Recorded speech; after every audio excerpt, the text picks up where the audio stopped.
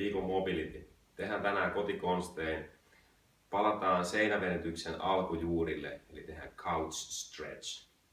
Liike kohdistuu lonkankoukistajan ja oikeastaan koko alaraajan lonkankoukistajan alueen lihaskireyksiin. Tällä polvi sohvan nurkkaan niin lähelle sitä reunaa kuin saa. Toinen jalka on lattialla, rintakehä alas, keskivartalo tiukkana, puhdista pakara tiukaksi. Ja nyt riippuu vähän siitä, että mikä sulla kiristää eniten.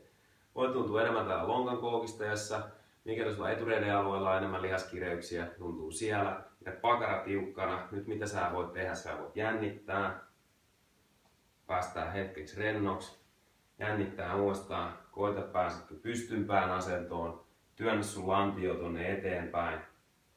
Ja tässä sitten vaan puntsipumia 2 minuuttia vähintään per puoli, moppaa toinen puoli sen jälkeen.